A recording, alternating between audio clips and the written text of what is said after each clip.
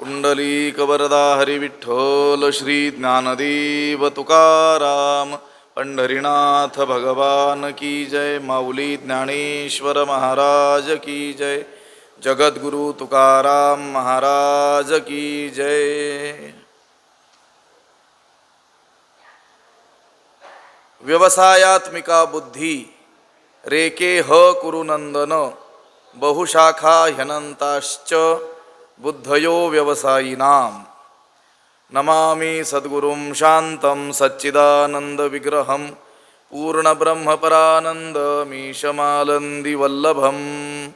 नमो सद्गुरु तुकया ज्ञानदीपा नमो सद्गुरु सच्चिदानन्दरूपा नमो सद्गुरु भक्तकल्याणमूर्ति नमो सद्गुरु भास्करा पूर्णकीर्ति। अखण्डमण्डलाकारं व्याप्तं येन चराचरं तत्पदं दर्शितं येन तस्मै श्रीगुरवे नमः। जयांची केली स्मरण होय सकळ विद्यांचे अधिकरण तेची बंधू श्रीचरण श्रीगुरूंचे ते नमस्कारोनी आता। व्यवसायात्मिका बुद्धी रेके ह कुरुनंदन 41व्या क्रमांकाचा हा श्लोक आहे। याचा अन्वय आणि अर्थ एकदा आपण पाहूयात। कुरुनंदन हे कुरुनंदन इह व्यवसायात्मिका बुद्धी ही एका ही अव्यवसायिनां बुद्धयः बहुशाखाः च अनंताः। याचा अर्थ असा आहे, हे कुरुनंदन म्हणजे हे अर्जुना, इह म्हणजे येथे या बुद्धियोगामध्ये व्यवसायात्मिका बुद्धी ही एका निश्चयात्मक जी बुद्धी आहे ती एकच आहे।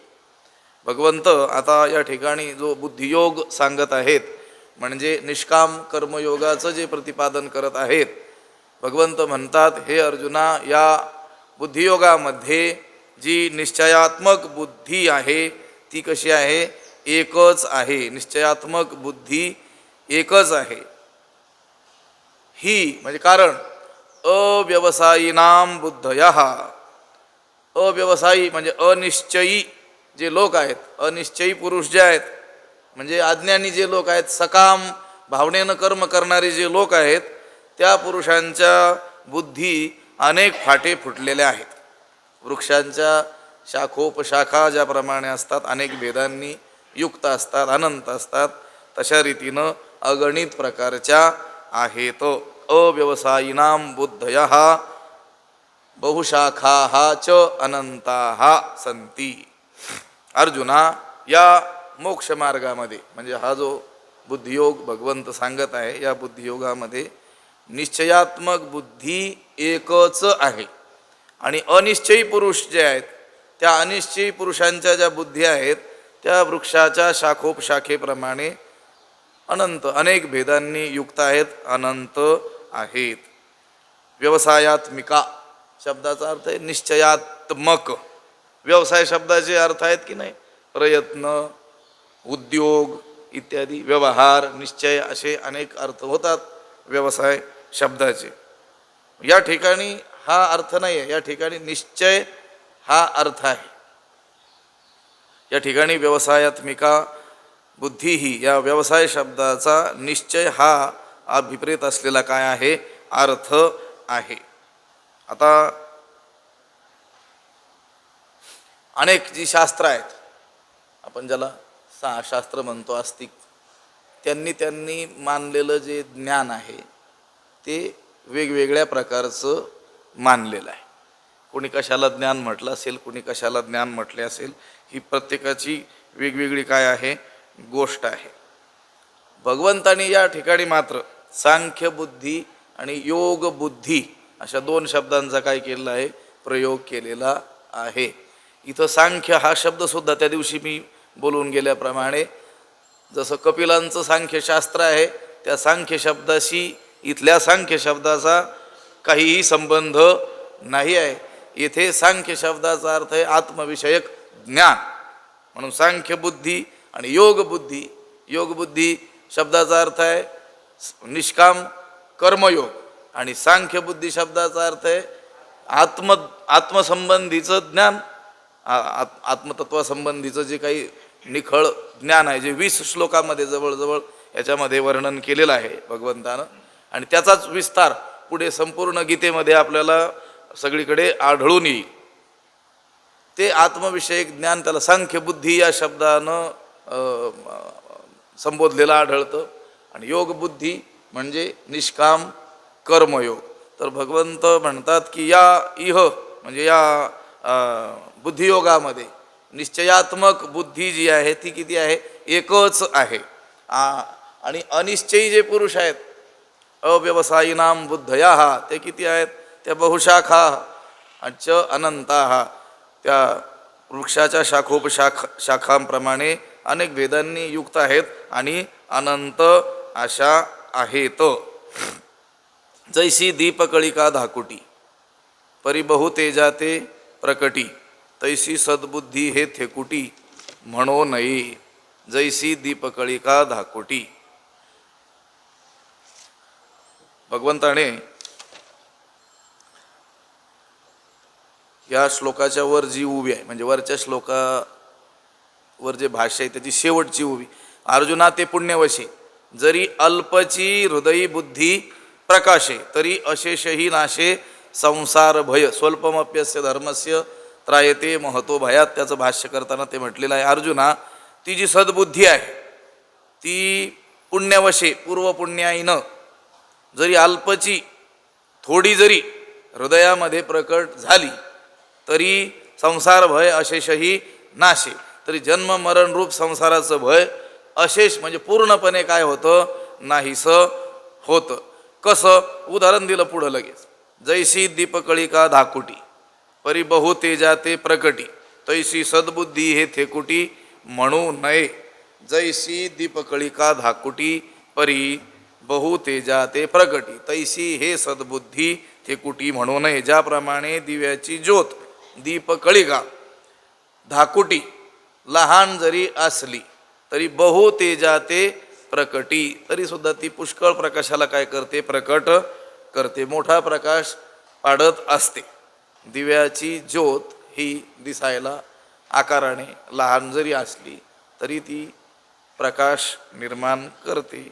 अगदी त्या पद्धतीनं तैसी हे सद्बुद्धी थेकुटी म्हणू नये. त्याप्रमाणे ही सद्बुद्धी जरी अल्प थोडीशी जरी आपल्या हृदयामध्ये काय झाली? प्रकट झाली, तरी तिला लहान म्हणू नये. सद्बुद्धी म्हणजे इथं निष्काम कर्म करण्याविषयीची सुबुद्धी. जे जे कर्म वर्णाश्रम धर्मानुसार आपल्या वाट्याला आलेलं आहे ते करत असताना ते कर्म केवळ ईश्वरार्पण बुद्धीनं निष्काम बुद्धीनं करावं असं वाटणं ही सद्बुद्धी आहे. हां हां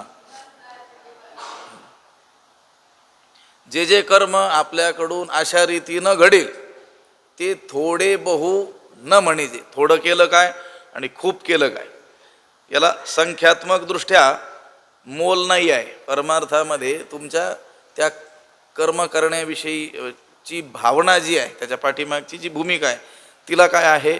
महत्त्व आहे. आता विषय जे कर्मठ लोक आहेत, जे वेदाचं तात्पर्य केवळ कर्म करणं हे मानतात, ते तर प्रचंड कर्म आपल्या जीवनामध्ये आचरत असतात.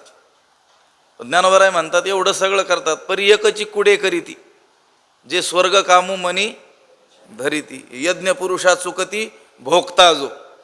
सगळं अगदी तंतोतंत कर्म आचरण करतात आणि त्यांच्या त्या कर्म आचरण्याच्या पद्धतीला आपण दंडवत केलं पाहिजे. कारण कर्ममार्ग अतिशय काय आहे? सूक्ष्म आहे. पण त्या सूक्ष्म कर्ममार्गाचं ते काय करतात? तंतोतंत आचरण करतात.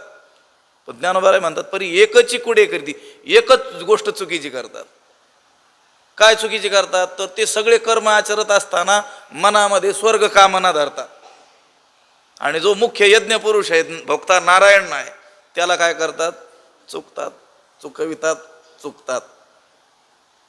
त्यांनी आचरलेल्या कर्माचा 10% जरी भाग त्यांनी निष्काम आचरला तरी ते काय होतील? मोक्षाप्रत सहज पोहोचतील. जगामध्ये आज तसंच दिसतंय की धर्म प्रांतामध्ये आपल्याला तशाच गोष्टी दिसून येतात. ज्यावेळेस आपण ज्ञानोबा यांच्या या शब्दांचा विचार करतो त्यावेळेस आपल्याला लक्षात येतं की एवढी मोठमोठी कर्मे आचरून देखील माणसं शांतीला समाधानाला का प्राप्त होत नाहीत. त्याच्या मागची भूमिका चुकलेली असते, त्याच्या मागचा उद्देश चुकलेला असतो. कर्मे मोठमोठी आचरलेली असतात पण ती सकाम बुद्धीने आचरलेले असतात. नावलौकिक व्हावा, काहीतरी पुण्य प्राप्त व्हावं, काहीतरी याच्या माध्यमातून भगवंताकडून काही मोबदला आपल्याला मिळावा, यासाठी ते कर्मे आचरलेले असतात. आणि गोष्ट अशी आहे, तुम्हाला सांगतो, आता जास्त विस्तार होणार नाही. कर्म किती केलं, केवढं मोठं केलं, यापेक्षा ते कशासाठी केलं हे अतिशय महत्त्वाचं आहे. म्हणून कर्मे किती आचरली याला महत्त्व नाही, ती कशासाठी आचरली. त्या दिवशी बोलून गेलो होतो, व्याकरण महाभाष्यामध्ये एक पंक्ती येते की ब्राह्मणेन निष्कारणेन षडंगो वेदो अध्ययश्च. ब्राह्मणानं षडंगासह वेदाचं अध्ययन करावं. का करावं? एक वाक्य आहे तिथं, निष्कारणेन, निष्कारण करावं. ब्राह्मणानं वेदाचं अध्ययन करावं. का करावं? ब्राह्मण आहे म्हणून करावं. पुन्हा बोलतो, मी त्या दिवशी बोललो होतो, वारकरी ज्ञानेश्वरी वाचावी, वाचावी ज्ञानेश्वरी. ज्ञानेश्वरी वाचली पाहिजे. का वाचली पाहिजे? वारकरी आहोत म्हणून वाचली पाहिजे, दुसरं काहीच कारण असू नये. तेव्हा आपण त्या खऱ्या फळापर्यंत काय होतो, पोहोचतो. मग तुम्ही 1000 पारायणं सकाम भावनेनं केले काय आणि 10च पारायणं निष्काम भावनेनं केले काय, हे निष्काम भावनेनं केलेलंच तुम्हाला खऱ्या शांतीपर्यंत नेऊन पोहोचवतील. ही जी सद्बुद्धी आहे, निष्काम कर्म करण्याविषयीची जी बुद्धी आहे, ती थोडी जरी प्रकट झाली तरी तिला थोडी म्हणू नये. जैसी दीपकळिका धाकुटी परी बहु तेजाते प्रकटी, तैसी सद्बुद्धी हे थेकुटी म्हणू नये. जर पूर्वपुण्याईनं ती सद्बुद्धी म्हणजे निष्काम कर्म करण्याची वासना आपल्या हृदयात जर प्रकट झाली तर ती थोडीशी जरी प्रकट झालेली असेल तरी जन्म मरणरूप संसाराचं भय ती पूर्णपणे काय करते, नष्ट करते. तरी अशेषही नाशे संसार भय, जैसी दीपकळिका धाकुटी परी बहु तेजाते प्रकटी, तैसी सद्बुद्धी हे थेकुटी म्हणू नये. पार्था बहुती परी हे अपेक्षिजे विचारशुरी, जे दुर्लभ चराचरी सद्वासना. पार्था विचारशुरी हे बहुती परी अपेक्षिजे, जे सद्वासना चराचरी दुर्लभ. पार्था हे अर्जुना, विचारशुरी, विचार प्रवीण पुरुष, विचारशूर, विचारवंत जे लोक आहेत, विचारशूर जे लोक आहेत ते हिची म्हणजे या सद्बुद्धीची अनेक प्रकारे काय करतात, इच्छा करतात. हे अपेक्षिजे. पार्था हे विचारशुरी बहुती परी अपेक्षिजे. हे अर्जुना, विचारशूर लोक पुष्कळ प्रकारच्या प्रयत्नांनी ही सद्बुद्धी प्राप्त होण्याची काय करतात, इच्छा करतात. जे कारण ही सद्वासना चराचरी दुर्लभ, कारण ही सद्बुद्धी प्राप्त होणं जगात काय आहे, दुर्लभ आहे.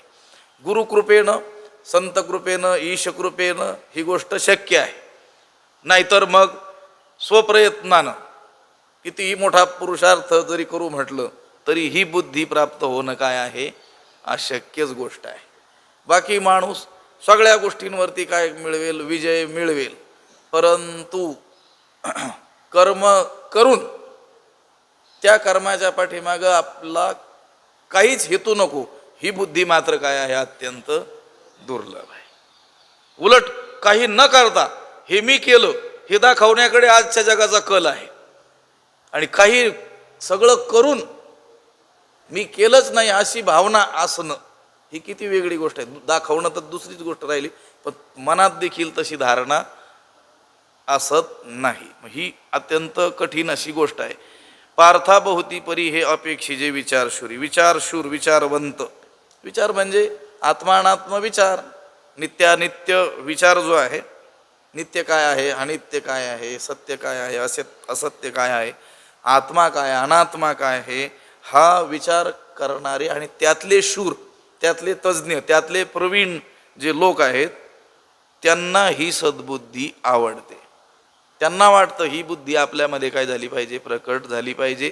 हे अपेक्षिजे ही सद्बुद्धी प्राप्त होण्याची काय करतात, इच्छा करतात. बहुती परी पुष्कळ प्रकारच्या प्रयत्नांनी ही सद्बुद्धी आपल्याला प्राप्त व्हावी अशी इच्छा हे विचारशूर लोक करतात. सामान्य लोकांचा हा विचारच नाही आहे.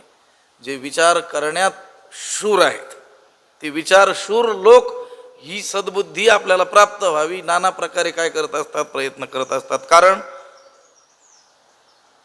कारण ही सद्बुद्धी प्राप्त होणं जगामध्ये दुर्लभ अशी गोष्ट आहे. दुर्मिळ, लाभण्यास कठीण असलेली काय आहे ही गोष्ट आहे.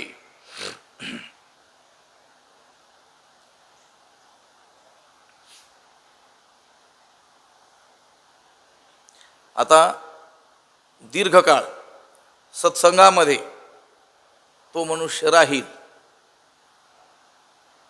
तर त्या दीर्घकाळ केलेल्या सत्संगाचा परिणाम म्हणून ही अशी वासना निर्माण होणं शक्य आहे.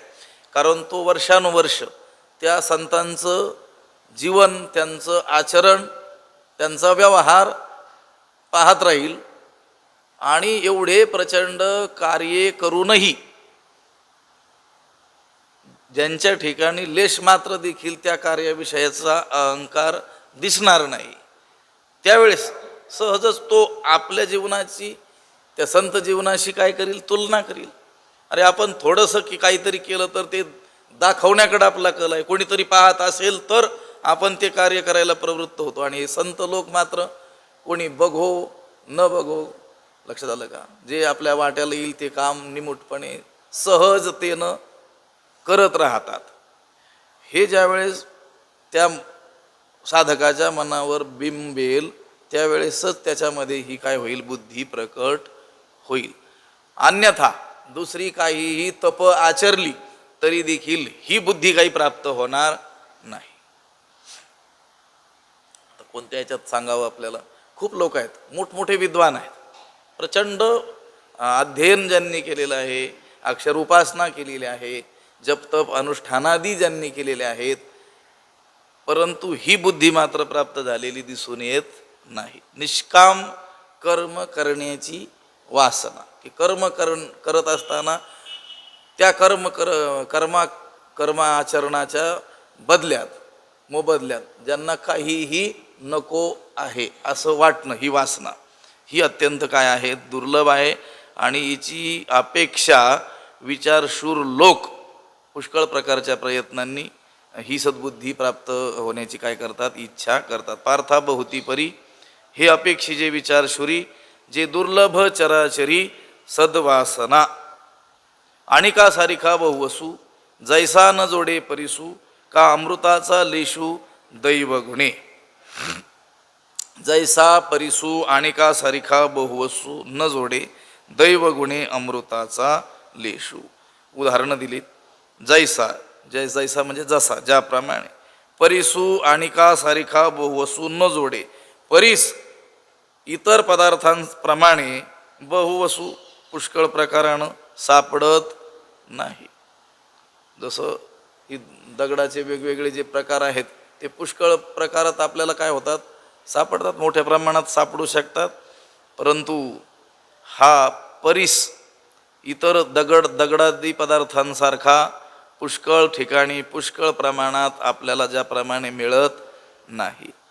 का अमृताचा लेशू दैव गुणे, किंवा दैवयोगानंच अमृताचा कण आपल्याला काय होतो, अमृताचा बिंदू प्राप्त होतो. केवळ भाग्यात असेल, दैवात असेल तरच अमृताचा एखाद दुसरा कण आपल्याला काय होत असतो, लाभत असतो. दुर्लभता सांगतात. ही सद्बुद्धी कशी दुर्लभ आहे. निष्काम कर्म करण्याची वासना होणं ही काही सामान्य आणि सर्वत्र आढळणारी गोष्ट नाही आहे, अत्यंत दुर्लभ आहे. आणि विचार प्रवीण लोक जिची काय करतात, इच्छा करतात की ही बुद्धी आपल्याला झाली पाहिजे. बाकी तर सगळं आपल्याकडं आपण सामर्थ्यानं मिळवलेलं आहे, पण ही एकच गोष्ट आपल्याकडे नाही, त्या बुद्धीची सतत अपेक्षा करतात. तिची दुर्लभता या दृष्टांतानं ज्ञानोबारायांनी सांगितलेले. आणि का सारिखा व वसू, जैसा न जोडे परिसू. परिस म्हणजे आपल्या स्पर्शानं लोखंडाचं सोनं करण्याचं सामर्थ्य ज्याच्यात आहे, असा दगडाचा एक काय प्रकार. आपल्या महिमाने धातू परिसे केले सोने. त्या परिसानं आपल्या स्वमहिम्यानं महात्म्यानं काय केलं, त्या धातूला स्पर्श केल्यानं त्याचं सोन्यामध्ये काय केलं, रूपांतर केलं. आता ह्या परिसाचा दृष्टांत याकरिता दिला की सद्वासनेची दुर्लभता किती आहे ते याच्यातून सांगायचं. परिस काय सर्वत्र आहे का? आता आहे का कोणाकडे जगामध्ये? नामदेव महाराजांना सापडला होता, फेकून दिला त्यांनी. सापडावं लागेल कुठे जाऊन? चंद्रभागेत. त्यामुळे ते चंद्रभागेत लोक सापडत असतात की काय? दगड घ्यायचा ना आपल्या लोखंडाची वस्तू असेल त्याला काय करायचं, लावून पाहायचं. बरं, हे काही असे अतिशयोक्तीपूर्ण वर्णन आहेत असंही नाही आहे. अशी वस्तुस्थिती आहे, वर्णन आहेत. अगदी वेद उपनिषदांपासून संत वाङ्मयापर्यंत सगळीकडं परिसाचे काय आहेत, वर्णनं केलेले आहेत. बरं, ते खोटं कशाला सांगतील आपल्याला, फसवतील कशाला? त्यांना आपल्याला फसवून काही मिळवायचं आहे थोडंच. म्हणजे परिस नावाचा एक पदार्थ आहे, दगडाचा एक प्रकार आहे, आणि तो काय करतो, आपल्या स्पर्शानं लोखंडाचं सोनं करतो. अत्यंत हीन, अल्प ज्याची किंमत आहे त्याला बहुमूल्य. आता सोन्याचे काय भाव आहेत लक्षात आलं? लोखंडाचा आणि सोन्याचा भाव त्याच्यात लक्षावधीपट काय असेल, अंतर असेल ना. किती महत्त्व वाढवतो तो कोणाचं?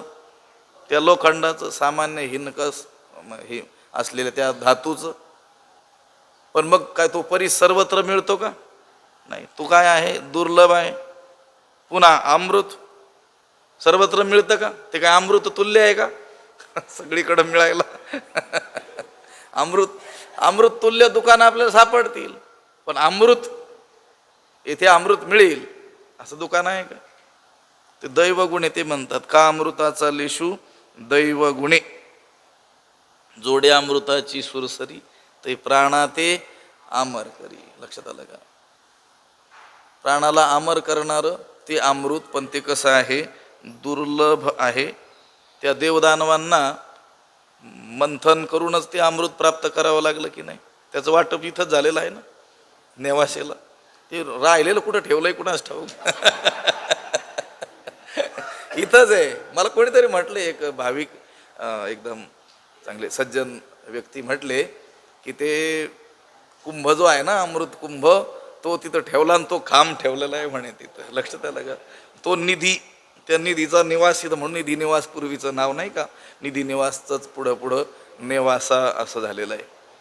म्हणून नाही नाही, नंतर तर मग ज्ञानोबरायांनी येऊन साक्षात ज्ञानामृत सांगितलं, पण लोकांना ज्ञानामृत अशी काही देणं घेणं नाही आहे. तुम्ही सांगून पहा, त्या पैस खांबाला कान लावल्यानंतर ज्ञानोबरायांचे शब्द ऐकू येतात, कोणी ऐकायला येणार नाही. पण जर सांगितलं, तो पैस खांब जो आहे ना, तो त्या अमृताच्या कलशावर असा गाडून ठेवलेला असल्यामुळं त्या पैस खांबाला स्पर्श झाल्याबरोबर रोग दूर होतात. बघा किती गर्दी होते. जगात एवढी गर्दी कुठे असणार नाही, एवढी गर्दी होईल. नेवाशा फाट्यापर्यंत रांग लागायला बसली. लक्षात आलं? असं आहे ते अमृत जे आहे.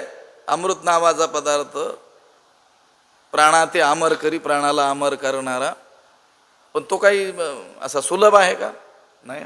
भाग्यात असेल तर.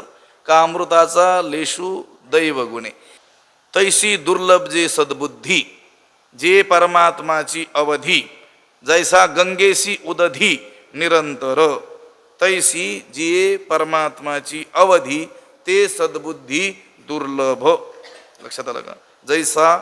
जैसा गंगेशी निरंतर उदधी, त्याप्रमाणे जिचा परमात्माची अवधी, अवधी म्हणजे शेवट, परमात्मा हाच जिचा काय आहे, शेवट आहे, अंतिम ध्येय. ज्या बुद्धीचं अंतिम ध्येय परमात्मा हाच आहे, अशी सद्बुद्धी कशी आहे, फार दुर्लभ आहे. ज्याप्रमाणे गंगेला नेहमी समुद्रच काय असतो, शेवट असतो. गंगेची जी धाव आहे कुठपर्यंत? समुद्रापर्यंत. गंगेचा शेवट कुठे? समुद्रापर्यंत. गंगा धावणार आहे कुठपर्यंत? समुद्रापर्यंत. त्याप्रमाणे ज्या बुद्धीचा शेवट परमात्मा हाच आहे, तैशी दुर्लभ जे सद्बुद्धी, जे परमात्माची अवधी, अवधी म्हणजे अखेरचं गाठायचं ते स्थान, ध्येय, सीमा म्हणा, मर्यादा म्हणा, अवधी, शेवट. ज्या सद्बुद्धीचा शेवट हा काय आहे? परमात्मा आहे. परमात्मा दर्शनामध्येच जिची काय आहे? सार्थकता आहे, इति कर्तव्यता आहे. अशी ही जी बुद्धी आहे ती कशी आहे? दुर्लभ आहे.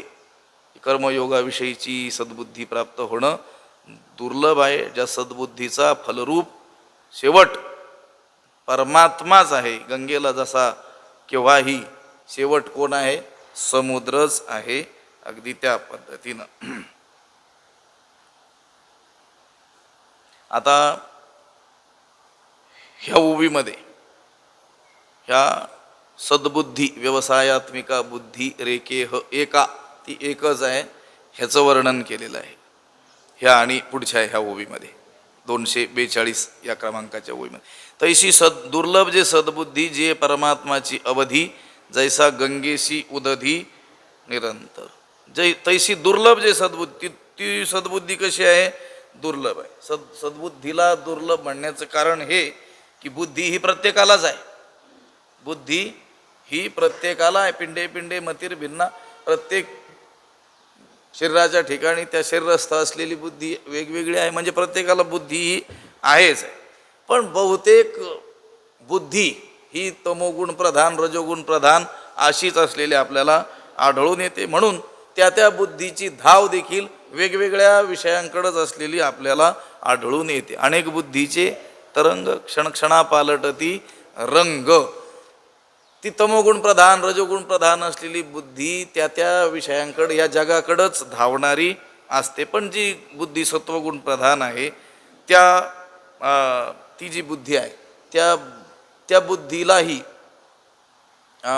सकाम कर्मे करावीत, स्वर्गादी लोकांतराला जावं,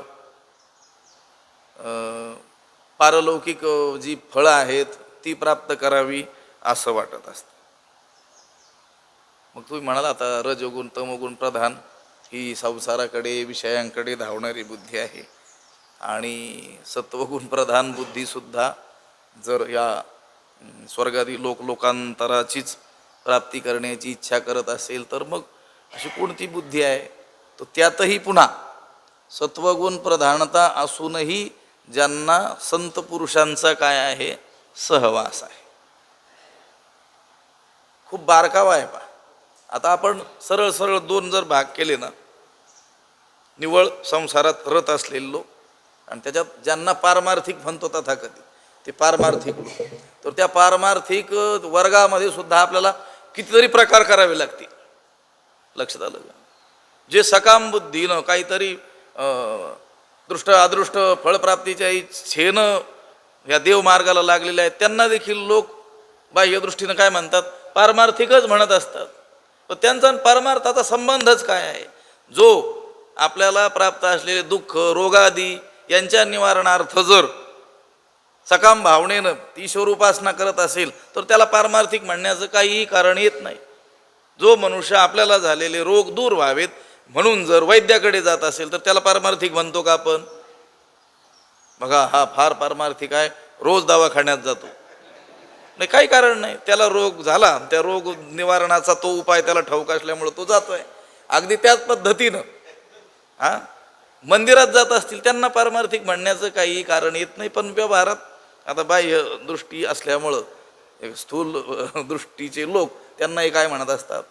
पारमार्थिक म्हणतच असतात. त्या ओंकारेश्वरला मध्य प्रदेशामध्ये एक वैष्णव परंपरेचे ओंकारानंद महाराज म्हणून महात्मे होऊन गेले. त्यांनी एक पुस्तक लिहिलं होतं. ते ज्या ठिकाणी तीर्थ दर्शनासाठी गेले त्यावेळेस त्यांना खूप गर्दी आढळली. आणि ते म्हटले, हे तर सत्ययुगच अवतीर्ण झाल्यासारखं झालं. लोक आपले सगळे संसारिक कामं, कर्तव्य हे सगळे सोडून देवदर्शनासाठी आलेले दिसतात. पण ज्यावेळेस त्यांनी अनुभव घेतला त्यावेळेस त्यांच्या लक्षात आलं, आणि मग त्यांनी एक पुस्तक, छोटी पुस्तिका आहे ती पुस्तिका त्यांनी लिहिली. तिचं नाव त्यांनी दिलेलं आहे म्हणजे भिकारियों की भीड म्हणून. लक्षात आलं का? तो म्हटला ही भक्तांची गर्दी नाही आहे, ही कोणाची गर्दी आहे? ही भिकाऱ्यांची गर्दी आहे.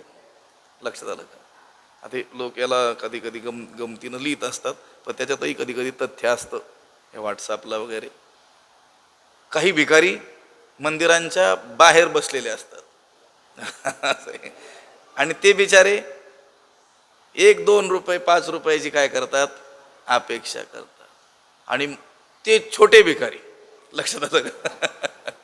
आणि मोठे भिकारी हे आतमध्ये, म्हणजे जे जाणारे देवाकडे जाणारे तेही मागायला झालेले असतात, तेही बाहेरचे तेही मागायला झालेले असतात, आणि हे आत जाणारे तेही मागायला झालेले असतात. पण ते बाहेरचे काय मागतात, 1 रुपया द्यावं असं म्हणतात. आणि हे मात्र ते देवाला काय काय मागतील, त्या देवाकडे सुद्धा आहे की नाही इतकं इतकं मागतात. ते याच्यावर अवलंबून नाहीये. गोष्ट काय आहे, हा सत्वगुण प्रधान लोकांचाही कल जर स्वर्गाधिकांकडेच असेल तर मग कोणत्या बुद्धीचा शेवट परमात्मा आहे. दैशी दुर्लभ जे सद्बुद्धी, ती सद्बुद्धी ही संत सान्निध्यात श्री गुरु कृपेनं त्यांच्या प्रसन्नतेनं काय झालेली असते, त्या साधकाला प्राप्त झालेली असते. आणि त्या बुद्धीचा एकच शेवट असतो, तो म्हणजे परमात्मा. परमात्म्याशिवाय कोणत्याही दुसऱ्या गोष्टीचा विचारच जी बुद्धी करत नाही आहे. त्या बुद्धीनं केलेला कोणताही विचार हा शेवटी त्या परमात्म्याकडेच घेऊन जाणारा असतो. अशी जी सद्बुद्धी आहे ती कशी आहे, दुर्लभ आहे. ती प्राप्त होणं काय आहे, दुर्लभ आहे. जे परमात्माची अवधी, ज्या सद्बुद्धीचा फलरूप शेवट परमात्माच आहे.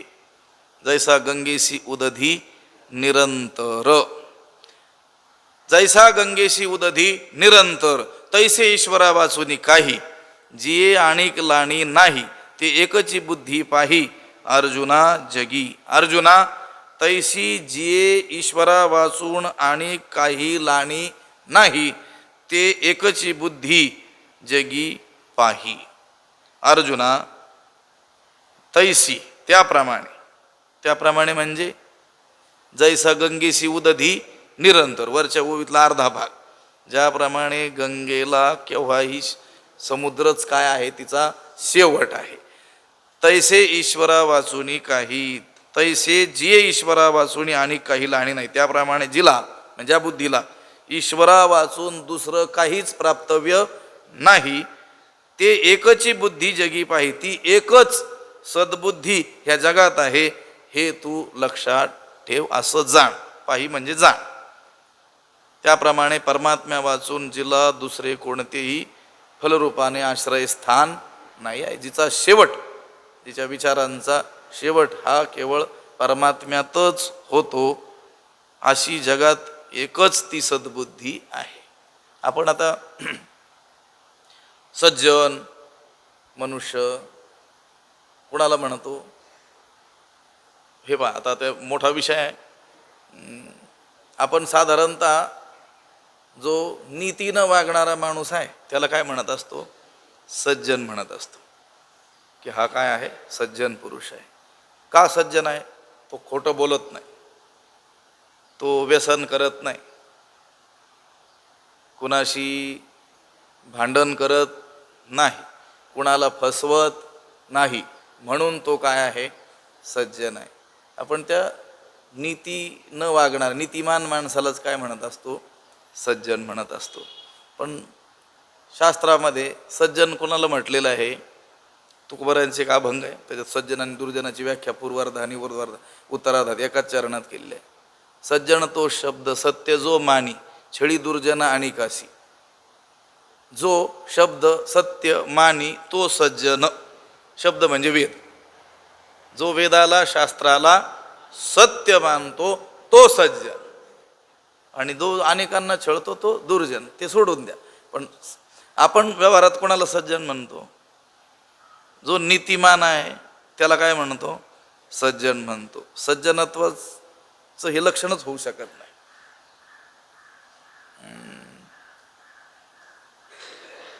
त्या एस टी खात्यामध्ये सत्कार करत असतात चालकांचा. कोणत्या चालकांचा, ज्यानं विना अपघात काय चालवलेली आहे. अहो ते तर कर्तव्यच होतं ना. करू नये असं मताचं मी नाही, मला उदाहरण सांगायचं आहे फक्त. त्यानं कोणाच्या अंगावर गाडी घातली नाही म्हणून तो चांगला ड्रायव्हर, ही ड्रायव्हरचं लक्षण होऊ शकेल का? ते त्याचं कर्तव्यच होतं, त्याला नेमलंच कशासाठी होतं? कोणाच्या अंगावर घालण्यासाठी तर नेमलेलं. पण आता काळ जसा बदलतो आहे ना, तशा तशा ह्या व्याख्या सुद्धा बदलणार आहेत. काही दिवसांनी फोन न वापरणारा सुद्धा मोठा तपस्वी मानला जाणार आहे. मानला जाईल की नाही? आजच्या दिवशी मी गमतीनं म्हटलं होतं, हे उपवास वगैरे करतो की नाही आपण, ह्या फोनचा सुद्धा एक दिवस काय केला पाहिजे? उपवास केला पाहिजे आठवड्यातला, आणि तो मानला जाईल. इतके अधीन लोक होऊन गेलेले आहेत की पूर्वीच्या सगळ्या व्याख्या आता पुढे पुढे काय होऊन जाणार आहेत, बदलून जाणार आहेत. मी काय सांगत होतो, सद्बुद्धी. आपण व्यवहारात सद्बुद्धी कोणत्या बुद्धीला म्हणतो? जी सद्विचार करते, चांगला विचार करते. पण सत एकच आहे ना हो, एकम सद विप्राह बहुधा वदंती. सत्तत्व एकच आहे की नाही? सत म्हणजे परमात्मा. सद्बुद्धी म्हणजे जी बुद्धी त्या परमात्म्याचाच काय करते, विचार करते, तिलाच काय म्हटलं पाहिजे? सद्बुद्धी. पण व्यवहारात आताच्या ज्या व्याख्या आहेत त्याचा आपण विचार करत होतो. म्हणून तैसी ईश्वरा वाचुनी काही, जे आणिक लाणी नाही ते एकची बुद्धी पाही अर्जुना जगी. त्याप्रमाणे परमात्म्या वाचून जिला दुसरं कोणतंही फलरूपाने आश्रय स्थान नाही आहे, जिचा अखेर परमात्म्यामध्येच आहे, हे अर्जुना अशी जगात एकच ती सद्बुद्धी आहे असं जाण. आणि बाकीची येर ते दुर्मती, जे बहुधा असे विकरती, तेथ निरंतर रमती अविवेकीये. येर ते दुर्मती, आणि हिच्याहून अन्य दुसऱ्या ज्या बुद्धी आहेत, म्हणजे ज्या बुद्धीचा शेवट परमात्म दर्शनात नाही, त्या सर्व बुद्धी कशा आहेत ते म्हटले दुर्बुद्धी.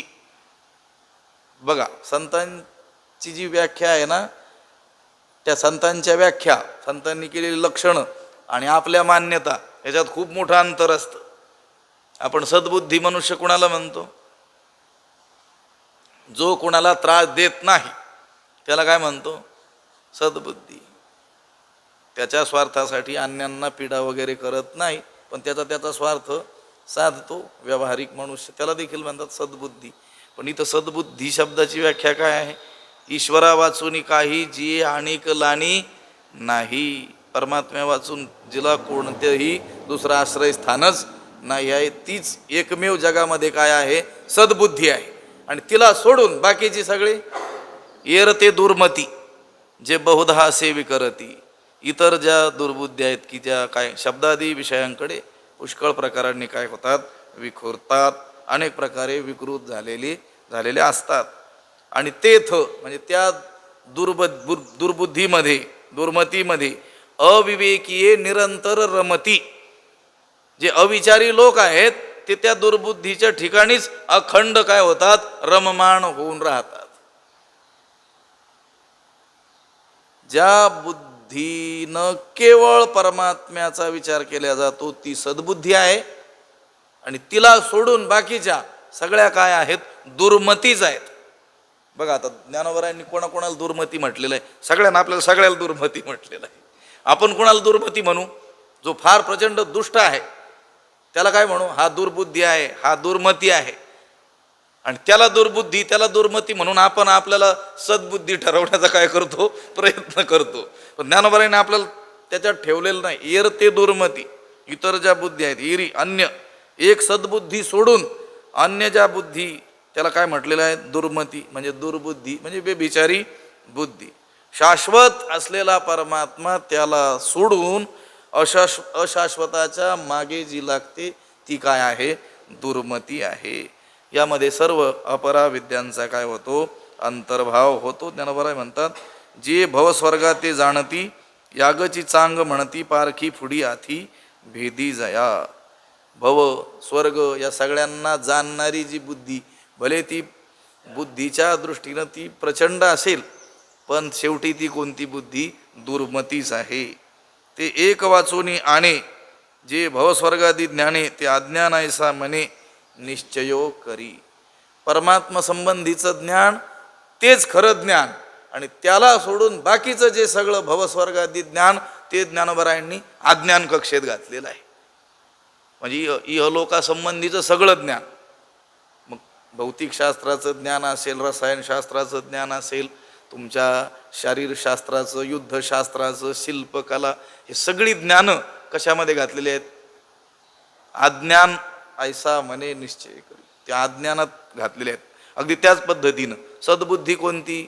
जी आहे परमात्माची अवधी, ज्या बुद्धीचा शेवट परमात्म्यामध्ये आहे तीच सद्बुद्धी आहे. जैसे ईश्वरा वाचुनी काही जी आणिक लाणी नाही, ते एकची बुद्धी पाही अर्जुना जगी, ती एकच सद्बुद्धी आहे. येर ते दुर्मती जे बहुधा असे विकरती, एकच ये ती सद्बुद्धी आहे आणि तिला सोडून बाकीच्या काय आहेत? दुर्बुद्धी आहेत, जे बहुधा विकरती असे, ती अनेक प्रकारे विकृत झालेली असते. आणि त्या बुद्धीच्या ठिकाणी तेथ निरंतर रमती अविवेकीये, तेथ अविवेकीये निरंतर रमती. अज्ञानी लोक त्या ठिकाणी काय होतात? निरंतर अखंड रममाण होऊन राहत असतात. म्हणून तया पार्था स्वर्ग संसार नरकावस्था आत्मसुख सर्वथा दृष्ट नाही. म्हणून तया पार्था, म्हणून अर्जुना, पार्था म्हणून तया स्वर्ग संसार नरकावस्था आत्मसुख सर्वथा दृष्ट नाही.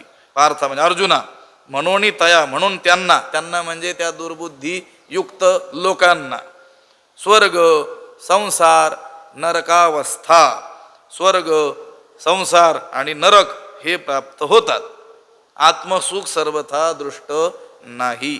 आत्मसुखाचं, स्वरूपानंदाचं मुळीच दर्शन होत नाही. आत्मसुख केव्हाही प्राप्त होऊच शकत नाही. तया म्हणजे त्या लोकांना, त्या दुर्मतीच्या, दुर्बुद्धीच्या ठिकाणी अखंड रमणाऱ्या त्या अविवेकी लोकांना, ज्यांना सद्बुद्धी नाही आहे, ज्यांची बुद्धी परमात्म्याविषयी विचार करत नाही आहे, ज्यांच्या बुद्धीचा शेवट परमात्म्यामध्ये नाही आहे, अशा दुर्बुद्धीयुक्त असलेल्या त्या अविवेकी लोकांना काय प्राप्त होतं? पुन्हा पुन्हा स्वर्ग, पुण्य केलं स्वर्ग, साम्य असेल तर संसार, आणि पापाधिक्य असेल तर नरकावस्था. याच्यातच ते फिरत राहतात. पुण्याधिक्याने, पुण्यबलानं कुठं जातात? स्वर्गाला जातात. तिथले भोग भोगले की पुन्हा ते तम भुक्त्वा स्वर्ग लोकम विशालम क्षिणे पुण्ये मर्त्य लोकम विशंती. त्या श्री गुरु साखरे महाराज सांगत असतात कधी कधी, ते पुणे वगैरे ठिकाणी काही लोकांची आडनावं असतात बघा, कर मर कर. लक्षात आलं का? गमतीनं सांगत असतात. कर म्हणजे कर्म करत राहा, करता करता मर, पुन्हा स्वर्ग लोकांतराला जा. लक्षात आलं का? पुन्हा पाठीमागे येईन, पुन्हा काय कर? कुर्वते कर्म भोगाय कर्म कर्तुंच भुंजते. पंचदशीमध्ये आलेलं श्लोक आहे. कर्म करायचं फळ भोगण्याकरता, पुन्हा ते फळ भोगण्याकरता जन्म घ्यायचा, पुन्हा जन्मायचं, पुन्हा कर्म करायचं, पुन्हा मरायचं, पुन्हा त्याचा फळ भोग म्हणून पुन्हा काय करायचं? किती वेळा जन्मा यावे, नित्य व्हावे, नित्य फजितीत चाललेले असते. कोणाची? या दुर्मती लोकांची. म्हणून तया पार्था, हे अर्जुना, त्या अविवेकी लोकांना स्वर्ग, ऐहिक संसार आणि नरक अशा 3 गती प्राप्त होतात. आत्मसुख तर त्यांना मुळीच अनुभवायला मिळत नाही. मग आत्मसुख कोणाला अनुभवायला मिळेल? सद्बुद्धी लोकांना. सद्बुद्धी कोण?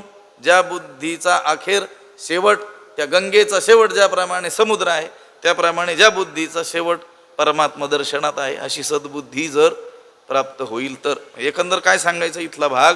निष्काम कर्मयोग भगवंताला सांगायचा. म्हणजे कोणतंही कर्म करत असताना, कोणतंही म्हणजे आपल्या वर्णाश्रमानुसार आपल्या वाट्याला आलेलं कर्म करत असताना, त्या कर्म करण्याच्या माग केवळ परमात्मा प्रसन्नता किंवा ईश्वरार्पण बुद्धीनं, आपण म्हणतो ब्रह्मार्पणम ब्रह्मावीर, ब्रह्मार्पण बुद्धीनं, कृष्णार्पण बुद्धीनं हे कर्म माझ्या वाट्याला भगवंताच्या इच्छेनं आलेलं आहे. अगाजाया जे विहित ते ईश्वराचे, म्हणून आपल्याला विहित कर्म जे वाट्याला आलं ते कोणाचं मनोगत आहे? ईश्वराची इच्छा आहे. त्याची इच्छा आहे की आपला जन्म या कुळात व्हावा, हे कर्म आपल्या वाट्याला यावं. मग आपण ते निमूटपणे करणं हीच त्याची काय होणार आहे? पूजा. म्हणून तुकोबाराय म्हणतात की नाही, ठेविले आनंदी तिथंच राहा आणि तैशी राहावंच लागतंय. तुम्ही काय सांगता आम्हाला? असं राहा, पण कसं राहा? समाधानानं राहा. न राहून काय कराल? असं आहे. आपण म्हटलो नाही आता नाही राहायचं, असं नाही करायचं, शक्यच नाही ना. कर्म तर होतच राहणार आहेत, फक्त ते कर्म निष्काम बुद्धीनं केले तर आपण परमात्मा दर्शनापर्यंत पोहोचू शकतो. आता इथं ज्ञानोबरायांनी उल्लेख केलेलाच आहे ना, स्वर्ग, संसार, नरकावस्था. तर ते स्वर्गाला जाणारे जे लोक आहेत, वेदाधारे बोलती केवळ कर्म प्रतिष्ठित, हा पुढचा भाग येणार. यामिमाम पुष्पिताम वाचम प्रवदंत्य विपश्चिता, त्यांची पुष्पित वाणी असते. लक्षात आलं का? त्या वाणीत एक गोडवा असतो. हे पहा, काही लोक काहीच सांगत नाहीत पण ते ऐकत राहावं वाटतं. 2 तास ऐकलो तर त्याचा सार भाग काय, काहीच नाही, एका वाक्यातही सांगता येत नाही, पण 2 तास मात्र ऐकावं वाटलं, ही गोष्ट खरी आहे. तसे हे जे लोक आहेत ना, हे वेदाध्ययन केलेले वैदिक जे लोक आहेत, ते सुद्धा त्यांची वाणी सुद्धा कशी आहे, पुष्पित वाणी आहे. याच्यावर जे भाष्य टीका आहेत ना, त्याच्यामध्ये ह्या पदावरती मोठं विवेचन केलेलं आपल्याला आढळून येतं. ते अगदी गोड बोलतात. अहो, वेदाचा शेवट हा कर्मात आहे, वेदाचं तात्पर्य कर्मात आहे. वेदाधारे बोलते, उद्या बघूया तो विषय. ते काही म्हणणार नाही आम्ही अंदाज पंचे बोलतो, वेदाचा आधार घेऊन बोलणार. ईशावास्य उपनिषदाचा पहिलाच मंत्र ते म्हणणार, हे पहा इथं सांगितलंय की नाही, 100 वर्षे जगत जगत कर्म करत करत जगण्याची काय ठेवावी इच्छा माणसाने ठेवावी. वेदाचंच तात्पर्य आहे की माणसानं काय केलं पाहिजे, कर्म. कशासाठी म्हणती, संसारी यज्ञाधिक कर्म स्वर्ग सुख भोगीचे, हेच जीवनाची याच्यातच इति कर्तव्यता आहे. आणि ते इतक्या चांगल्या रीतीनं पटवून सांगतील की लोकांना वाटेल आता आपण काय केलं पाहिजे, कर्मच केलं पाहिजे. तेही कशासाठी, स्वर्गकामो यजेत, स्वर्गकामना मनामध्ये धरून. तो विषय उद्या पाहू. पुंडलिक वरदा हरिविठ्ठल श्री ज्ञानदेव तुकाराम पंढरीनाथ भगवान की जय. माऊली ज्ञानेश्वर विठ्ठल विठ्ठल विठ्ठल विठ्ठल. पुंडलिक वरदा हरिविठ्ठल श्री ज्ञानदेव पंढरीनाथ भगवान की जय. माऊली ज्ञानेश्वर. आता विश्वात्मके देवी येणे वाग्यज्ञे तोषावे, तोषो निमज द्यावे पसायदान हे. जे खळांची व्यंकटी सांडू तया सत्कर्मी रती वाढो. मैत्रजीवांचे दुरितांचे तिमिर जावो, विश्व स्वधर्म सूर्ये पाहो. जो जे वांछील तो ते लाहो प्राणीजात, वर्षत सकळ मंगळी ईश्वर निष्ठांची मांदियाळी. अनवरत भूमंडळी भेटो तया भूता, चला कल्पतरूंचे आरव चेतना चिंतामणीचे गाव. बोलते जे अर्णव पियुषांचे, चंद्रमे जे अलांछन मार्तंड जे तापहीन. ते सर्वाही सदा सज्जन सोयरे होतू, किंबहुना सर्व सुखी पूर्ण होणी तिही लोकी. भजिजो आदी पुरुखी अखंडित, आणि ग्रंथोपजीविये विशेषी लोकी ये. दृष्टादृष्ट विजय होवा वेजी, एथ म्हणे श्री विश्वेश्वरावो. हा होईल दान पसावो, येणे वरे ज्ञान देवो सुखिया झाला. येणे वरे ज्ञान देवो सुखिया झाला. येणे वरे ज्ञान देवो सुखिया झाला. पुंडलिक वरदा हरिविठ्ठल श्री ज्ञानदेव तुकाराम पंढरीनाथ भगवान की. माऊली ज्ञानेश्वर महाराज की. जगद्गुरु तुकाराम महाराज. शांती ब्रह्म एकनाथ महाराज की. सद्गुरु बंसी महाराज की. सद्गुरु जोग महाराज की जय.